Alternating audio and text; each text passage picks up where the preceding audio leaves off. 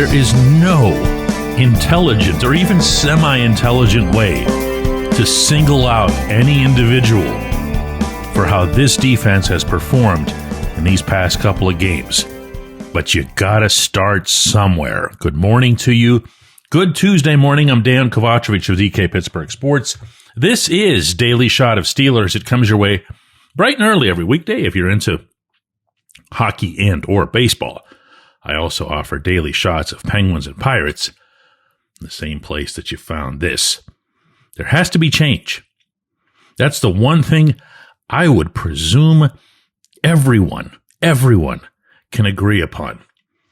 When your defense is going the way it is, you could probably justify benching all 11 starters for something or other. And I'm being partially facetious here, but you get what I'm saying. Everybody. Players, positional coaches, coordinator, head coach, everybody has done some damage to this cause. So I'm a little reluctant to make this episode about one player because it'll come across, no matter how I preface it, as pinpointing somebody or even, outright scapegoating somebody. That's not my intention. But I'll say it again. You have to start somewhere. And for me, I'm starting in the secondary. And from there, I'm looking at people who can't cover and who can't tackle. Why? Well, you've seen the games. It's kind of the issue or issues. They can't cover. They can't tackle. So if it's plausible, I'm going to put this forth with respect because Darius Slay has had a terrific career in the NFL. 5-time Pro Bowler, Super Bowl champion, but he's currently got a nemesis that nobody ever defeats. And that's Father Time. He's 34 years old. He's 2 years older than any other corner in the league. That's all to his credit. All of it. In fact, I'm going to go the extra mile here because Slay has been on record vocally critical of Pro Football Focus. So I'm not even going to look at their grades, which, well, let's just say they're not favorable this year compared to previous years. But that's because I don't need to. I can look at the straight stats, the indisputable stats, and give you everything that you need. Throughout his career, quarterbacks have completed, on average, 59.6% of their passes. That includes this year. So for the whole body of work, 59.6%. This year, that figure is 76.9. Pretty much 20 percentage points higher. Over the course of his career, quarterbacks have had an 85.1 passer rating against him. That number is now 115.1. 30 percentage points higher. Over the course of his career, he has had a missed tackle percentage of 9.3.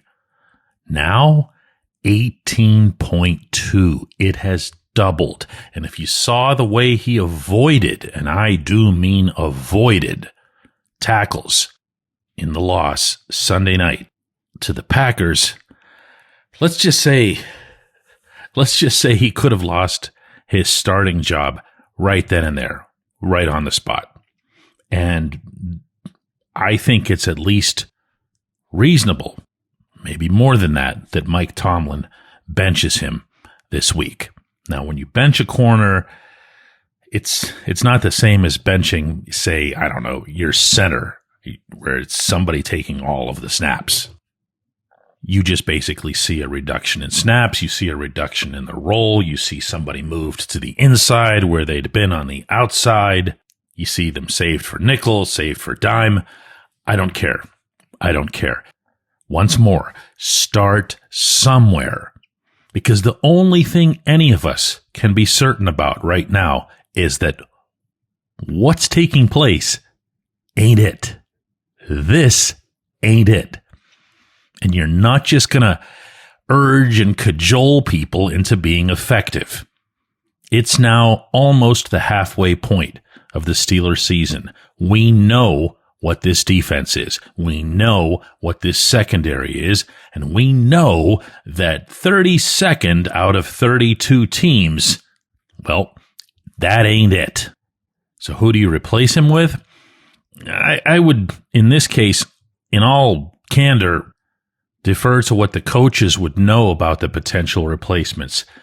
For example, Brandon Echols, everybody loved what they saw of him. Outside, inside, his coverage, his getting his hand on the ball, his fight. My goodness, did he have fight? He's 6 years younger. His coverage figures for the season so far with the Steelers, and I'm going to really stress this, they're in a much smaller sample size, are way, way, way better than Slay's. He's participated in only 221 of them. That's 44%, though. And these are defensive snaps I'm talking about. He's also had 60 on special teams, but defensively, almost half the time. Again, Slay's been out there a lot more. But in that time, quarterbacks have completed 63.6% of their passes on him. Quarterbacks have a 54.0 rating against him. That's really good if you don't follow that sort of thing. Of the 14 pass completions that he's given up, he's only allowed 35 total yards after the catch. And that means he's bringing people down, which leads me to tackles. He's made 19, he's missed 1. Now, that all sounds great, but again, the reason that I'm not just snapping my finger and say he should be the guy, I would trust the coaches, I think, to be able to determine whether he should be inside or outside, whether he should replace this guy or that guy. One way or another, this has to change. Like a lot of things have to change. Start right here. When we come back, J1Q. This segment of Daily Shot is brought to you by our good friends at Mike's Beer Bar. They're located on Federal Street, directly across from PNC Park. Mike has more than 500 beers on tap, including from more than 50 local breweries. Stop in and say hello. Tell Mike we sent you. Mike's Beer Bar. Football season's finally here. Time to check out the latest odds, futures, and win totals on the FanDuel Sportsbook. Think the Steelers are headed to the Super Bowl? Lock in your bets today. Whatever your game, FanDuel Sportsbook delivers the latest lines, futures, and specials so you can join in on all the action. For those of you who are doing real work in construction, in a warehouse, if you're a mechanic, you want reliable, comfortable gear to help you perform well on the job. Brunt Workwear's got you. They've got waterproof boots, safety toe, soft toe, pull-on, lace-up, whatever you need. You can wear them to work. And if they're not right for you, send them back. I don't know of any other brand doing that. Brunt was tired of the workwear brands out there cutting corners. You work too hard to be stuck in uncomfortable boots that don't hold up. So they built something better. Boots that are insanely comfortable and built for any job site. For a limited time, our listeners get $10 off. Just head to bruntworkwear.com.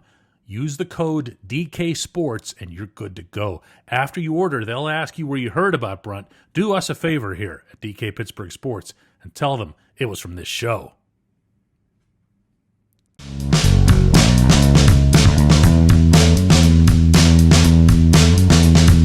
Today's J1Q comes from a season ticket holder, Zach Balabek, who says, DK, it's sickening. I was in my usual seats in the open end zone Sunday night, and it was genuinely sickness-inducing watching how open everyone was. Our coverage people are too slow. Our pass rushers are getting neutralized way too easily. The head coach is supposed to be a defensive specialist, and right now all he's specializing in is degrading the standard of expectations to a nub. DK, my question is, what exactly is Mike Tomlin bringing to the table at this point? I had a feeling that's where you were going to go with this one. The head coach's mission, and in turn, the way the head coach should be assessed, defined, really, wouldn't and couldn't be just by the defense, even though that's his background. So I'll start there in attempting to be fair. His job, it comes down to wins and losses. but it also comes down to a whole lot of leadership, culture, structure, discipline, a bunch of facets. Obvious stuff here, Zach. You know all this. But here's what I'm going to take from your question and try to go at this specifically. You say this head coach is supposed to be a defensive specialist. In the year 2025, what constitutes a defensive specialist, just like what constitutes an offensive specialist, it's different. It's not what it was when Tomlin broke into the league. And there's nothing unusual about that. Every sport morphs this way. Don't forget, Chuck Noll was one of the last head coaches to let go of coaching the special teams himself. He just didn't understand why he needed somebody else for that. Now, I mean, that's mind-blowing. The size of some of these coaching staffs, the available film and angles and data and analytics into which all of that can be plugged, nothing in common with the past. And by that, I mean the recent past. And one of the things that I think about as it relates to how long Tomlin's been in the league and to what degree, and you hear this one a lot, the game has passed him by, I don't even think about any of this. You know what I think of? I think of him standing on a sideline, looking up at the scoreboard, waiting for the replay to show, which he still does. Can't process what it would mean to have somebody else handling potential replay reviews, clock management.